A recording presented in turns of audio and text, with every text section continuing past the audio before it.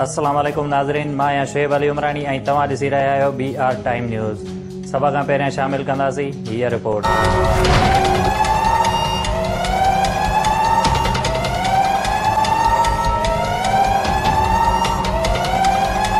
बिरिया सिटी लॻो ॻोठ अंबरवाह में संगावती तकरार त जहिड़े सबबि ज़ख़्मियुनि मां वधीक 2 ॼणा फ़ौत।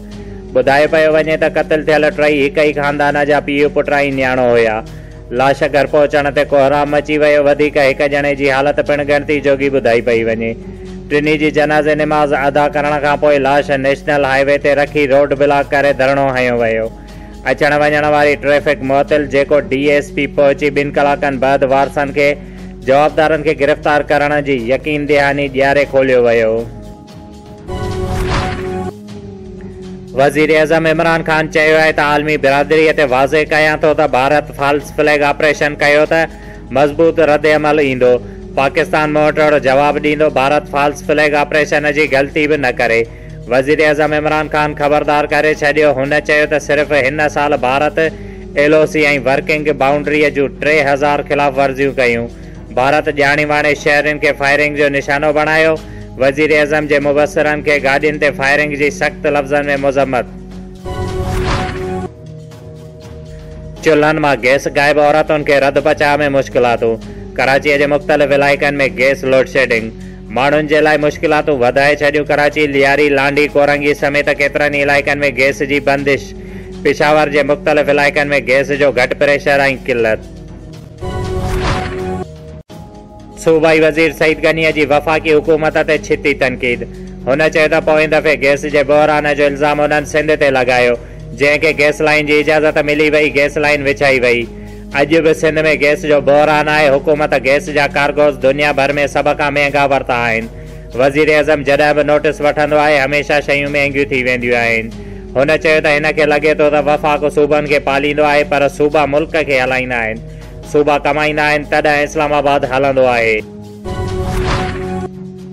फिरदौस आशिक़ ऐवान मरियम नवाज़ सां बॉक्सिंग जो चैलेंज क़बूल करे वरितो। हुन चयो त इमरान ख़ान हथ जा न पर कानून जा पंच हणी नवाज़ शरीफ़ खे सियासत जी रिंग खां ॿाहिरि कढियो।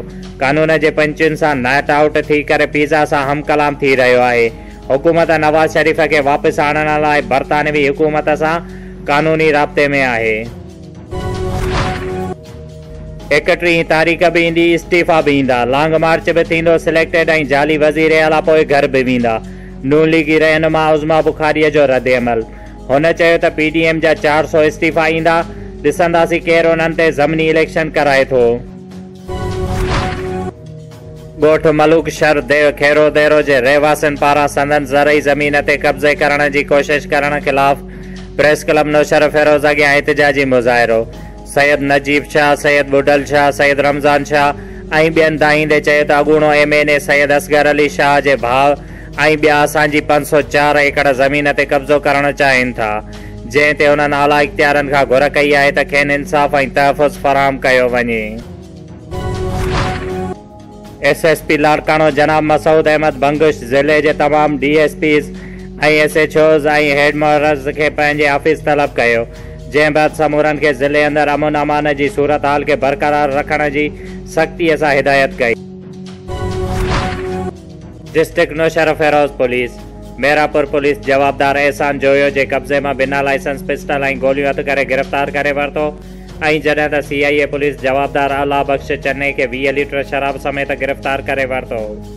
शुएब अली उमराणीअ खे ॾींदा इजाज़त। वधीक ख़बरुनि ऐं अपडेट्स लाइ ॾिसंदा रहो BR टाइम न्यूज़।